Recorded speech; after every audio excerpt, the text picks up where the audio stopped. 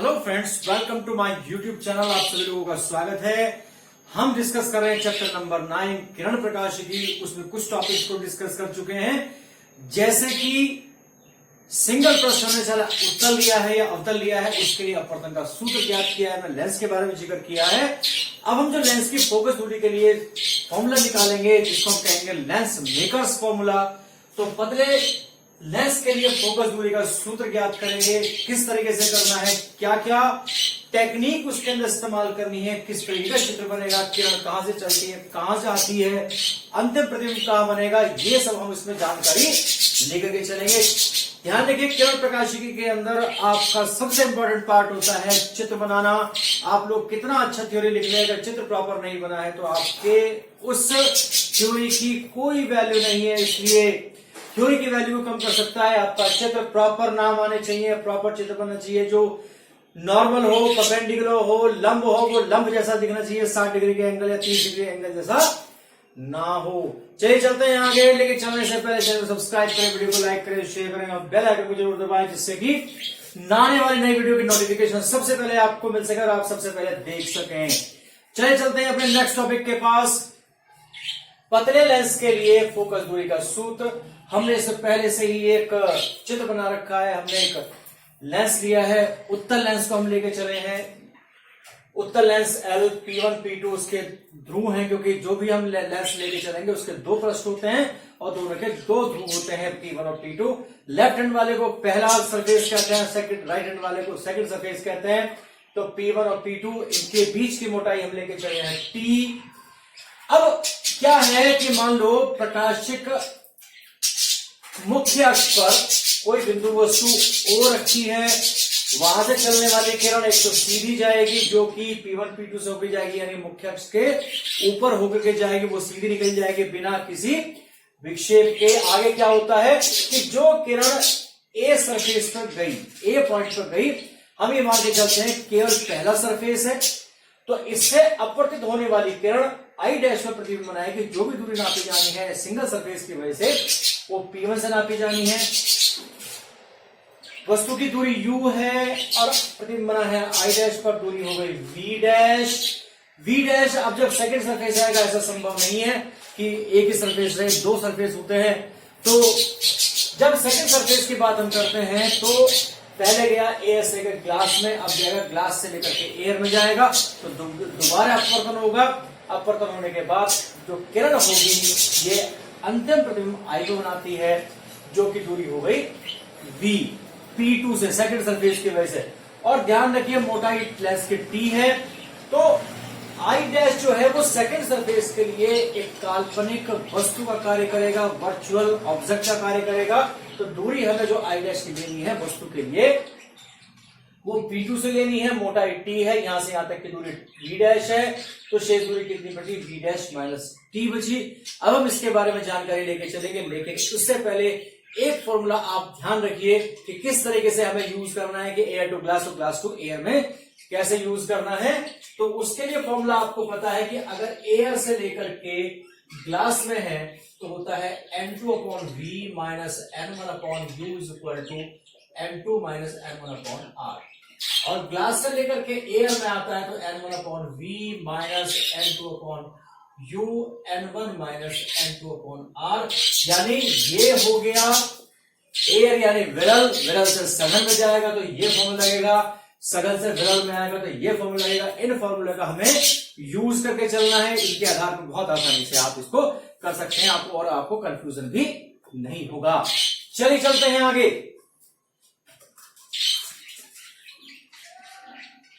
जब बिंदु वस्तु से चलने वाली, बिंदु वस्तु O से चलने वाली किरण लेंस के पहले पृष्ठ पर पड़ती है, तो अपवर्तन के बाद प्रतिबिंब I डैश पर बनता है। दूरी इसके अंदर दिखाई दी, उसमें लिखने की आवश्यकता ऐसी कोई खास नहीं है। तो क्या होगा फॉर्मूला, कहते हैं माना O की P1 से दूरी U, I डैश की P1 से दूरी V डैश तथा पहले पृष्ठ की वक्रता त्रिज्या R1 है। तो कहां जा रही है, एयर टू ग्लास, तो ये फॉर्मूला लगाएंगे N2। कहां प्रतिबिंब बना, I डैश पर बना, और चूंकि दूसरे पृष्ठ का अस्तित्व होता है, सिंगल पृष्ठ नहीं होता है, इसलिए डॉटेड करके बनाया, वर्चुअल बनाया, तो ये हमारा कांच के अंदर बनेगा। तो हो गया V dash minus N1 upon U, N2 minus N1 upon R1। क्या हो गया, ये पहली समीकरण से मान ली, ये गया air to glass, air to glass गया। अब जब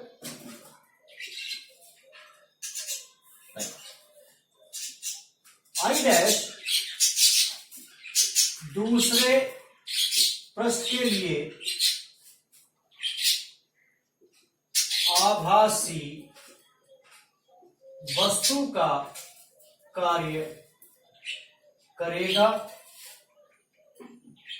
जिसकी P2 से दूरी V डैश माइनस T है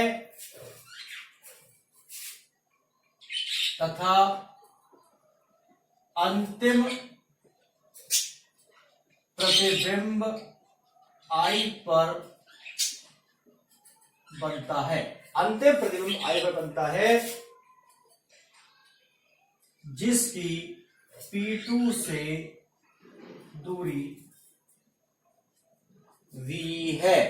तो अब हम इसके अंदर कहां चल रहा है, ग्लास से लेकर के एयर की हम बात करते हैं, तो ग्लास से लेकर एयर की बात हम करते हैं, कहां जा रहा है, इसमें जा रहा है, ये वस्तु है, ये प्रतिबिंब है, तो कितना होगा N1 अपॉन, क्योंकि यहां N1 बनती है V minus N2 upon V dash minus T is equal to N1 minus N2 upon R2। अभी सेकंड इक्वेशन नहीं लेके चलते जैसे हम, और ये कहां से हो गया, glass to air, glass to air हो गया। अब आप इसमें आगे देखिए, चूंकि लेंस पतला है, चूंकि लेंस पतला है, इसलिए V डैश माइनस T लगभग बराबर होगा V डैश के। समीकरण क्या होगी, N1 upon V minus N2 upon V dash plus N1 R2।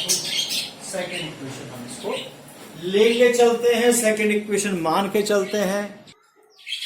इसके बाद क्या होगा, दो समीकरण आ गई, फर्स्ट और सेकंड आ गई। देखिए सेकंड में और फर्स्ट में देखिए N2 upon V dash common है, यहाँ पॉजिटिव है, यहाँ नेगेटिव है, तो क्या करते हैं 1 प्लस 2 करते हैं, तो बचेगा N1 upon V minus N1 upon U और N2 minus N1 upon R1 plus N1 minus N2 upon R1। इसको नोट करते रहिए, फिर धीरे धीरे इसको आगे रब करेंगे, क्योंकि दिक्कत पड़ेगी, नहीं तो संभव नहीं होगा यहां लिखना। अब क्या करते हैं इसके अंदर,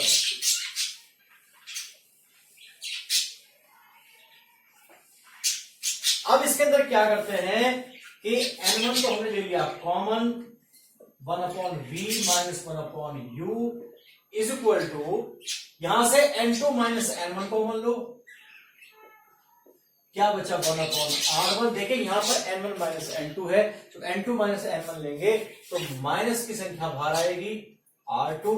अब इसको इधर डिवाइड कर दो, 1 upon V minus 1 upon U equal to N2 upon N1 minus 1 upon R1 minus 1 upon R2।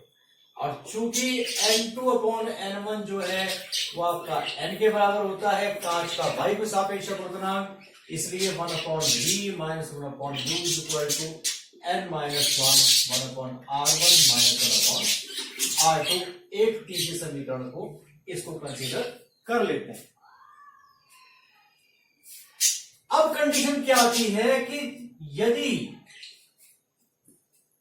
वस्तु अनंत पर है,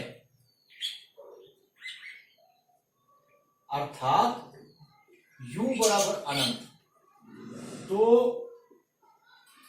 प्रतिबिंब फोकस स्मॉल फोकस पर बनेगा, यानी कि हम कह सकते हैं v बराबर कह सकते हैं f। जब v बराबर f हो गया तो अब आप इसके अंदर फॉर्मूले में वैल्यू रखिए, तो 1 अपॉन f माइनस 1 अपॉन अनंत बराबर n minus 1 upon R1 minus 1 upon R2,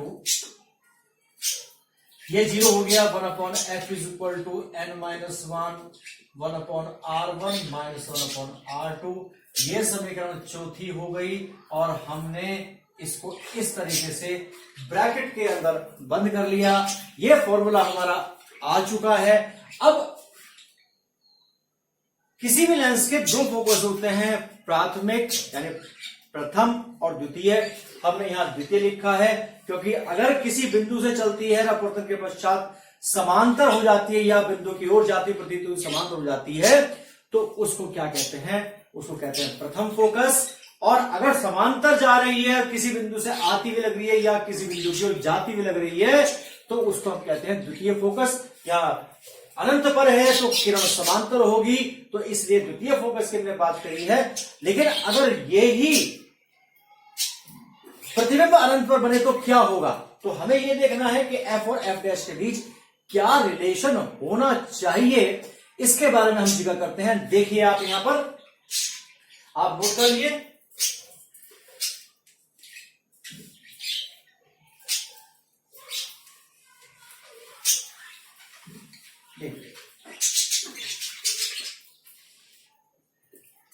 यदि u बराबर f डैश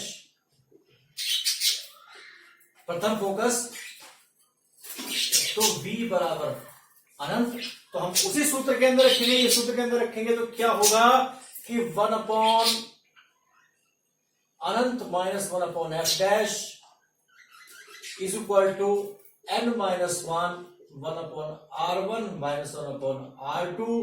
तो जब हम बात करते हैं इसके अंदर बात करते हैं, 0 हो गया तो 1 अपॉन f डैश हो गया minus n minus 1 upon R1 minus 1 upon R2। इसे फिफ्थ समीकरण लेके चलते हैं। अब आप फोर्थ को और फिफ्थ को देखिए।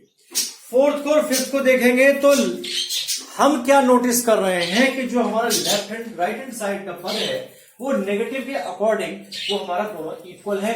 तुलना करते हैं, 4 व 5 से तुलना करते हैं तो 1 अपॉन f डैश होगा माइनस 1 अपॉन f के, या लिख सकते हैं कि f डैश बराबर माइनस के f के।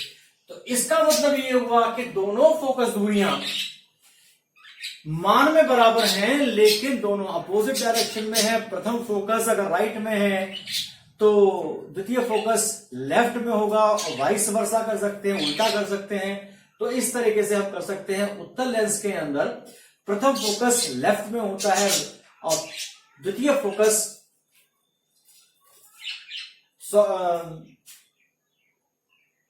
फोकस जो है आपका राइट में होता है। इसी तरीके से अवतल लेंस की बात करते हैं, अवतल लेंस में इसका जस्ट उल्टा होता है। तो हमने ये सिद्ध कर दिया कि दोनों फोकस दूरियां बराबर हैं, प्रथम और द्वितीय, लेकिन दोनों अपोजिट डायरेक्शन में हैं। तो अब हम बात जो करेंगे इसके बाद निर्भरता की बात करेंगे। पहला टॉपिक पूरा हो चुका है और एग्जाम में ध्यान रखिए कि जितना पूछा जाए उतना जवाब देना है। फालतू का कोई भी हिल्ला नहीं जोड़ना है, कोई भी काम नहीं करना जिससे कि हमारे नंबर पर, हमारे एग्जाम की कॉपी पर या हमारे एग्जाम के मार्क्स पर कोई फर्क पड़े, ऐसा हमें कोई भी काम नहीं करना। तो अब हम करेंगे, पहले इसको नोट करिए, आगे चलते हैं। इसके बाद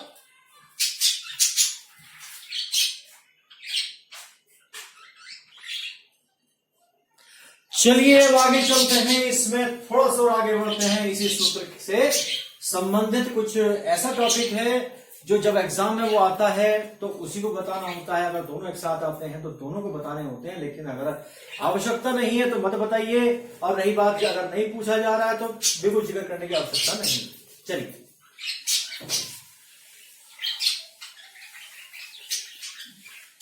अब हम बात करते हैं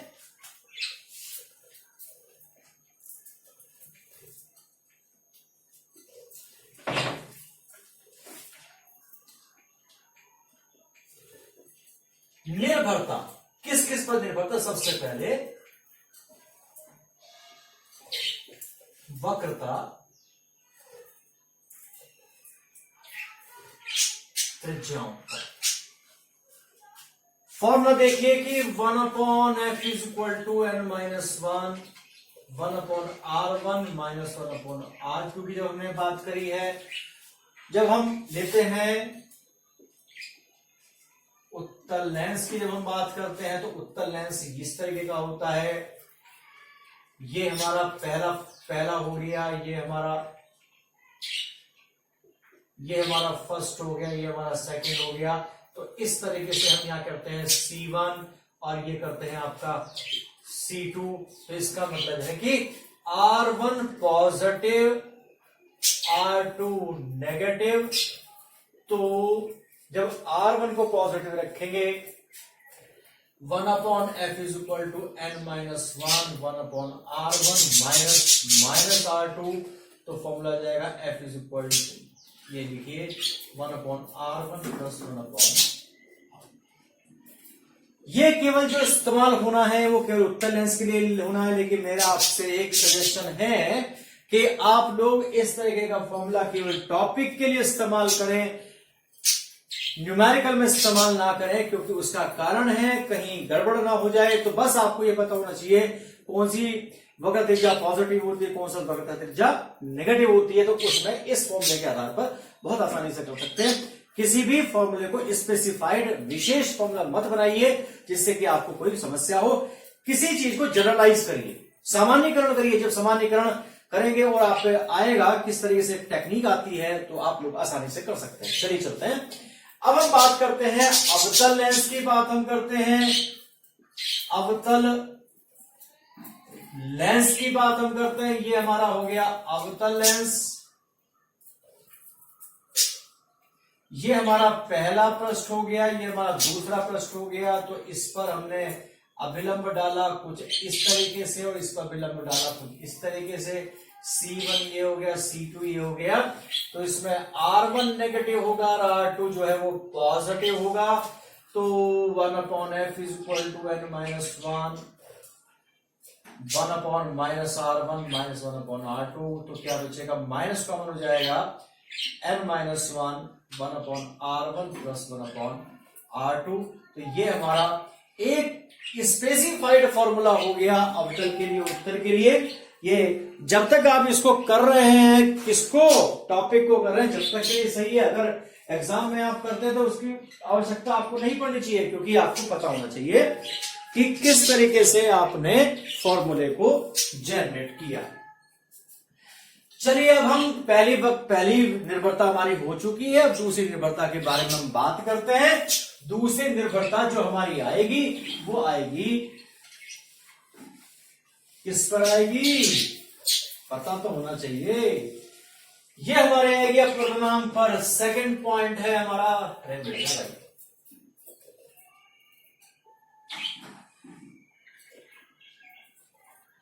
अपवर्तनांक की बात हम करते हैं। अपवर्तनांक पर निर्भरता किस तरीके से हम चेक करेंगे अभी देखते हैं। आइए चेक करते हैं। माना कांच का वायु के सापेक्ष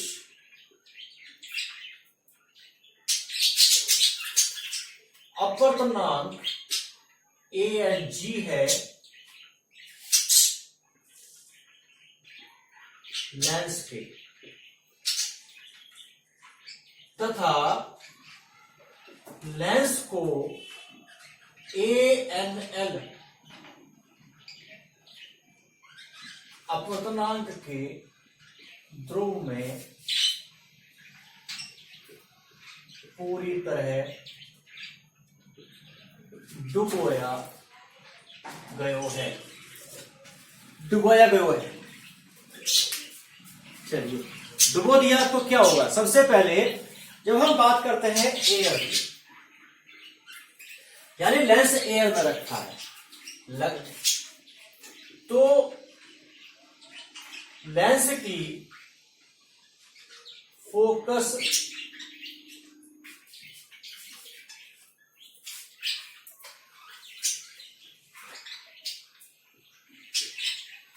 दूरियां क्रमशः FA व FL होंगी। हमने एयर में FA मान ली और लिक्विड में FL मान ली, तो क्या होगा? 1/FA is equal to ANG minus 1/R1 minus 1/R2 की हमने बात करी है। पहली समीकरण की बात हम कर ली है। अगर इसको हम फॉरवर्ड कर रहे हैं उसी टॉपिक के अंदर, तो उस समीकरण को आगे बढ़ा सकते हैं। 5 विधि छठी समीकरण आप इसके अंदर ले सकते हैं। अब क्या कहते हैं, जब लिक्विड की हम बात करते हैं, लिक्विड में तो फोकस दूरी हो गई 1/FL। अब ध्यान रखिए कि लेंस को पूरी तरह लिक्विड में डुबो दिया। अपवर्तन जो होगा वो ग्लास यानी कांच के माध्यम से होगा। तो किरण कहां से कहां जाएगी? किरण जाएगी कांच के अंदर लिक्विड से ग्लास में। तो लेंगे LNG minus 1/R1 minus 1/R2। Second की बात करें, हमें तुलना करनी है। हमें क्या बताना है, क्यों तुलना कर रहे हैं? तुलना इसलिए कर रहे हैं, हमें यह बताना है कि जब हम किसी लेंस को लिक्विड के अंदर डुबो देते हैं तो फोकस दूरी पर क्या प्रभाव पड़ता है। चलिए, तो सेकंड को, फर्स्ट को हम सेकंड से डिवाइड करते हैं, इसको इसे डिवाइड करते हैं, आएगा FL/FA is equal to ANG minus 1/LNG minus 1। बाकी तो ये सब कट गए हैं। अब हमें यही तुलना करनी है। देखिए, LNG जो निकाला जाता है वो निकाला जाता है LNA मल्टीप्लाइड बाय ANG। ये इसका उल्टा है, तो लिखेंगे ANG divide by ANL LNG। अब आप ये देखिए कि हमने ANG को डिवाइड किया ANL से, तो इसलिए LNG की वैल्यू छोटी होगी ANG से। तो इंप्लाइज करके और क्या लिखा जा सकता है? इंप्लाइज में लिखा जा सकता है LNG माइनस 1, दोनों साइड माइनस कर दिया, लेस देन ANG माइनस 1। इसको नीचे लेकर के आइए, या इसको अगर हम रिवर्स में लिखें तो क्या लिखेंगे? ANG minus 1 greater than LNG minus 1। नीचे लाइए तो ANG minus 1 divide by LNG minus 1 greater than 1। अब इस समीकरण को देखिए कि यहां पर आप इसको तीसरे समीकरण मान सकते हैं, थर्ड समीकरण मान लें। थर्ड में देखें तो ये वाली जो फ्रैक्शन है, ये वाला फ्रैक्शन आपका ग्रेटर देन 1 हो गया, तो क्या लिखेंगे? FL/FA greater than 1 implies that FL greater than FA। तो क्या पता लगा भाई? लिक्विड में लेंस को डुबोने से जो फोकस दूरी है वो बढ़ जाती है, चाहे उत्तल लेंस हो या अवतल लेंस हो, तो फोकस दूरी की वैल्यू बढ़ जाएगी। और इस टॉपिक में जो हम लास्ट में बता के चलेंगे कि हमारी लिक्विड की वजह से लेंस के नेचर भी चेंज होती है, उत्तल अवतल की भांति, अवतल उत्तल की भांति और कांच की प्लेट की भांति कैसे बिहेव करता है, इसके बारे में जानकारी अभी शुरू करते हैं। नोट कर लिया होगा। अब यहां से थोड़ा सा, बहुत ज्यादा नहीं है। अब हम समीकरण इसको लेके चलते हैं, क्या है? समीकरण 2 से बात करते हैं, 2 से तो 1/FL इज इक्वल टू, देखिए क्या होगा? LNG की जगह हम रखते हैं ANG minus 1, ANG upon ANL minus 1 और 1/R1 माइनस 1/R2। इसकी बात तो हम कर चुके हैं पहले, इसके तो छेड़ने की आवश्यकता हमको है नहीं। और पहली कंडीशन क्या लेके चलते हैं कि इफ की कंडीशन है ANG ग्रेटर देन ANL। ये अंश और हर में डिवाइड हुआ है। अंश की वैल्यू बड़ी होगी, हर की वैल्यू छोटी हो गई, फ्रैक्शन की वैल्यू ग्रेटर देन 1 आएगी, ग्रेटर देन 1 आएगी तो वैल्यू कैसी होगी, पॉजिटिव होगी। पॉजिटिव होगी तो FL जो होगा वो पॉजिटिव होगा। तो उत्तल की भांति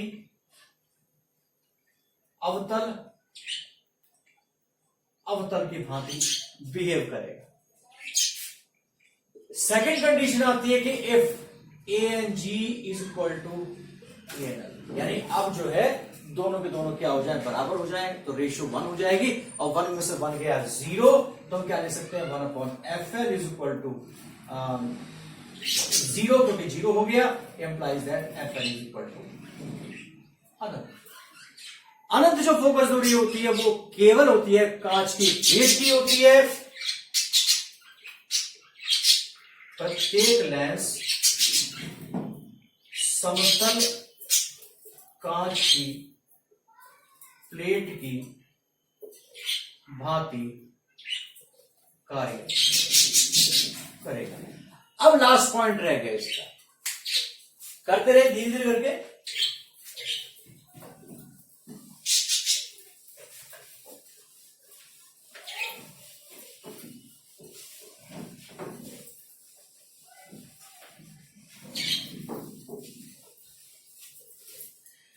और थर्ड पॉइंट आपका आता है कि if ANG less than ANL means अब की बार अंश छोटा हो गया, हर बड़ा हो गया, तो वैल्यू लेस देन 1 होगी, रेशियो जो है 1 से छोटी हो जाएगी और उसमें 1 में से घटाएंगे तो FL की वैल्यू नेगेटिव आएगी। तो FL की वैल्यू हो गई नेगेटिव, तो उत्तल लेंस जो है वो अवतल लेंस की भांति कार्य करेगा और अवतल लेंस जो है वो उत्तल लेंस की भांति कार्य करेगा। क्योंकि आपको पता होना चाहिए कि उत्तल लेंस की फोकस दूरी पॉजिटिव होती है, उत्तल लेंस की फोकस दूरी नेगेटिव होती है। तो इस तरीके से ये वाला हमारा जो टॉपिक है वो कंप्लीट हो गया। थोड़ा सा बड़ा टॉपिक था, इसको प्रैक्टिस करिए जिससे कि आपको प्रॉब्लम ना आए। क्योंकि ऑप्टिक्स के अंदर या प्रकाश के अंदर जो सबसे इंपॉर्टेंट पार्ट होता है वो होता है चित्र। उसके बाद सिस्टमेटिकली स्टेप बाय स्टेप आप करते चलेंगे। ध्यान रखिए कि स्टेप को ऊपर वाले को नीचे या नीचे वाले को ऊपर नहीं किया जा सकता। जिस तरीके से स्टेप बताए गए हैं उसी तरीके से करना है अगर आपको अच्छे नंबर लेने हैं। तो इस तरीके से हमने आज का टॉपिक पूरा किया। इस वीडियो को स्टार्टिंग से लेकर के एंड तक जरूर देखिए जिससे कि आपको किसी समस्या का सामना ना करना पड़े। आप लोग कमेंट बॉक्स में जरूर बताएं कि वीडियो कैसी लगी। आप लोग मुझे फेसबुक पर और टेलीग्राम पर फॉलो कर सकते हैं जिसका लिंक डिस्क्रिप्शन बॉक्स में दिया हुआ है। और अब हम मिलेंगे नेक्स्ट टॉपिक के साथ नेक्स्ट वीडियो में। इतने प्रैक्टिस करते रहिए, हंसते रहिए, मुस्कुराते रहिए, खुश रहिए। Thank you for watching.